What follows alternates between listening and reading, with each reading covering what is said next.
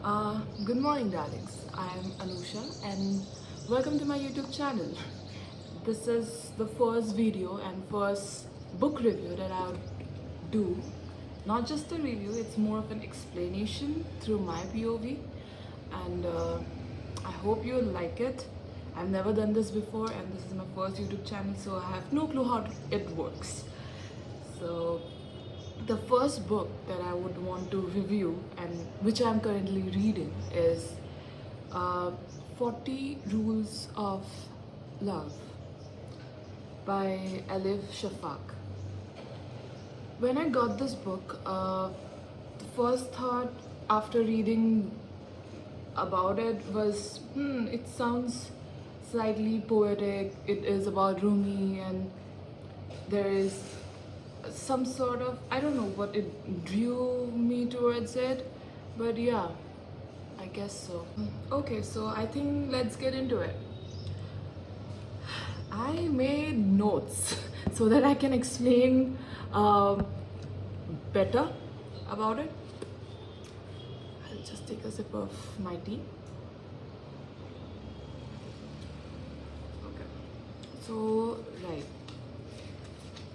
the first few pages is about the prologue and the forward.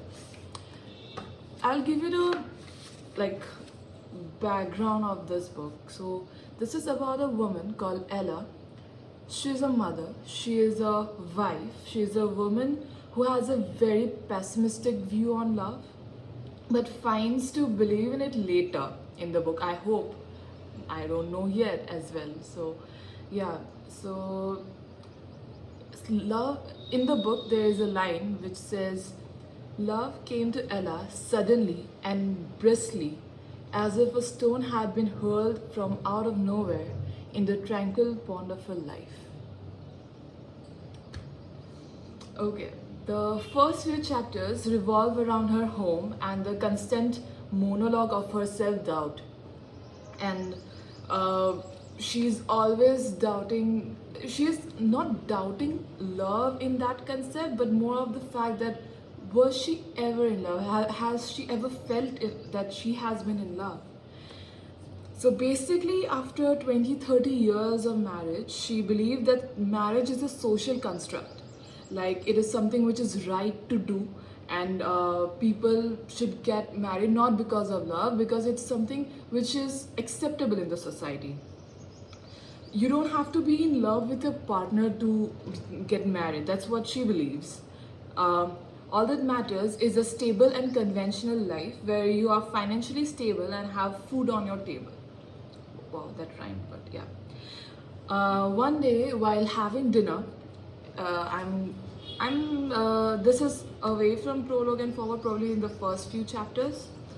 So while one day they were having dinner, and her husband David, okay, so David and Ella have a very weird sort of bond, as in David really supports Ella, but also he has had multiple affairs, which Ella does know about it. She knows about it, but she does not confront him just because she wants to save the marriage. And also, since nobody knows about it, she does not care to even, and she is not in love, so it does not bother her as long as the family runs.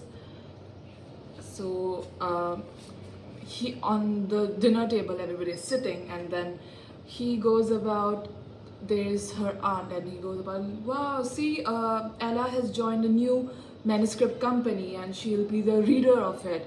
And he's very supportive, as in sorry, my phone just rings. Sorry. So he was like, he was very supportive. It was him who got her the job. She has had a literary degree, so she is already into literature. So she got, and the kind of women we see, like our mothers and everybody around us, they are always belittling themselves, like belittling their achievements. They are always like, if you're praising, and they don't know how to take the praise, and they're always like, yeah, it's nothing, it's not a big accomplishment, I just did what I had to do. It was because of them, not taking the credits for their hard work. Ella was no different. Ella was just the same. She was she was just there and she was like, yeah, it's not a big deal. It's him. He got me the job and whatever. So in the story, Ella, she is a married woman, and when she was dimming her aura down, her daughter, her oldest daughter, she has 3 kids. So her oldest daughter, Janet, she chimes in and she's like, I have a good news as well. She's 21 years old, 21 years of age, by the way. So she's like, hi, I have a good news. My fiance, Scott, he asked me out for a marriage. It's a proposal for a marriage. She's 21. I don't, yeah, you can get married at 21, it's fine, but I don't think it's wise enough because your cortex, your brain is not fully mature or developed to handle such big of a responsibility. That's my personal opinion. And so was her parents. So David and Ella, they didn't oppose her, but wanted her to actually see the bigger picture. That being in a relationship is completely different than being in a marriage. Getting married has certain sorts of responsibilities and is, of course, it is more serious and requires more effort. So in that heated argument between her and her daughter accused her of being an unhappy wife with no other life other than perfecting her house. So it's in page number 10. Where is it? Yeah. So she is like, Ella was like, you are being so romantic, with a dramatic, like as if the word romantic is so haunting. And Ella went ahead and she said, come on, honey, which century are you living in? Just get in your head. Women don't marry the men they fall in love with. When push comes to shove, they choose the guy who will be good father and a reliable husband. Love is only a sweet feeling bound to come and quickly go away. And David was stunned. David was stunned. He was like,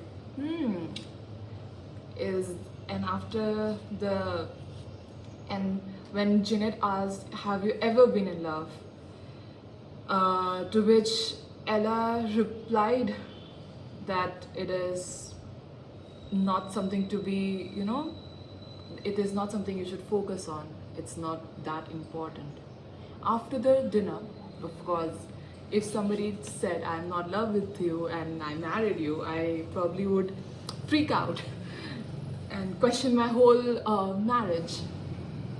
As usual, David, he went ahead and he was disturbed and he asked, when did you stop loving me? To which Ella, in fact, didn't have an answer. She didn't know when she stopped loving him. She was just going through her everyday life, her constant everyday life, just with the fact that it's her marriage and it's a family that she has built and she has to move on with it. So after that question, she realized that she had so much love to give, but no one else demanding for it, no one demanding for it. And I think we all can relate to it sometimes, like it's a room full of people and you want to shout, you want to scream, you want to dance, but there is no one you would want to dance with. There is no one you would want to share a pastry with. There is no one you would want to share a hot cup of coffee with. And you don't want to sound desperate. You don't want to search in different places for that person. but there is just an empty magnetic feeling which is going deeper and deeper, and then you don't know how to deal with it. I guess we do relate to Ella in this part. So, and despite her ability to keep a stiff upper lip, deep inside she longed for love. She did. Meanwhile, she got a call from the company when she started crying, obviously, because she could not answer to her husband. She got a call from that company, and the company demanded that she needs to give that review within 3 weeks. So in her lap fell the book Sweet Blasphemy by Aziz Z. Zahara. And that's how her life took a twist and a turn, and how this book, like 40 Rules of Love, this book is divided. It's like a few chapters are about Ella and her life, and the rest of the chapters are about are chapters from that book, Sweet Blasphemy. So Sweet Blasphemy is about Rumi, as we all know, a dervish, and Shams of Tabriz. So it's about how the dervish, he goes about from place to place, gives knowledge and everything.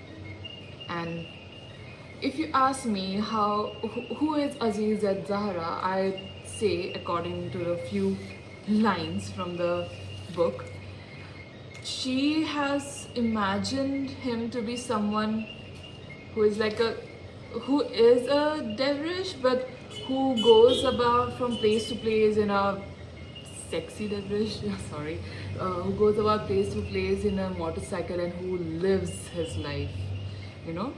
So when she read a few chapters, she realized that Aziz really believed in love, and there was some sort of tingling sensations in her fingers, and she typed an email to him stating that what sort of contrasting views she and Aziz had, and how her daughter would really like Aziz's POV, right? And she said she wanted to meet him over a cup of coffee and probably discuss about it. And she didn't expect a reply for obvious reasons. She didn't expect a reply, but he did reply. I think this is it for today. We'll continue the part 2 in the next, I won't say episode, I think it's an episode, I don't know, in the next video. I hope you liked it as much as I think it will be a motivation for me to continue reading this book and complete it so that I can give a review. Yeah, I think we are done. Bye bye.